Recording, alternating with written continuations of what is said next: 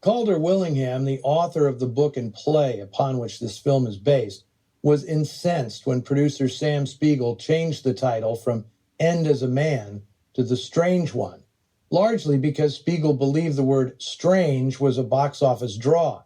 He'd previously produced The Stranger in 1946 and We Were Strangers in 1949. Spiegel changed the ending, too. In Willingham's original story, Jocko suffers no comeuppance. The Academy essentially makes him into a man now fit to assume leadership in the outside world. But Spiegel wanted Jocko to face some kind of punishment, and he and director Jack Garfein concocted the climax in which his minions have finally had enough and turn on him.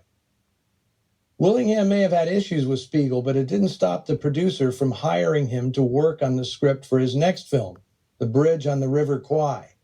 But director David Lean didn't like Willingham's style, and none of his work was used. For the rest of his life, Willingham divided his work between books and screenplays. His 1963 novel, The Eternal Fire, is his fiction masterpiece, and he also wrote or collaborated on the scripts for Paths of Glory, The Vikings, One-Eyed Jacks, The Graduate, Little Big Man, and Rambling Rose, which he adapted from his own novel. Jack Garfein was not so lucky in the film business. After his falling out with Spiegel, The Strange One was taken away from him. He had no input on the final cut or the score by Kenyon Hopkins. Garfein suspected that from then on, he was blackballed in Hollywood. The only other film he'd ever direct was a New York-centric feature made in 1961 called Something Wild, starring Ralph Meeker and Garfein's wife, Carol Baker. It's an exceptional film, which, like The Strange One, is highly theatrical and something of a borderline noir. The closest Garfein ever got to working in Hollywood was in 1966, when he co-founded the West Coast branch of the Actors Studio with a colleague from the New York School, Paul Newman. For a guy who only made 2 feature films in his career, Jack Garfein's life touched literally hundreds of talents who are staples of Turner Classic Movies, which in itself is something of a miracle. Garfein was a Ukrainian Jew living with his family in Czechoslovakia when they were all sent to extermination camps at the start of World War II. He was 11 years old when his entire family was murdered by the Nazis.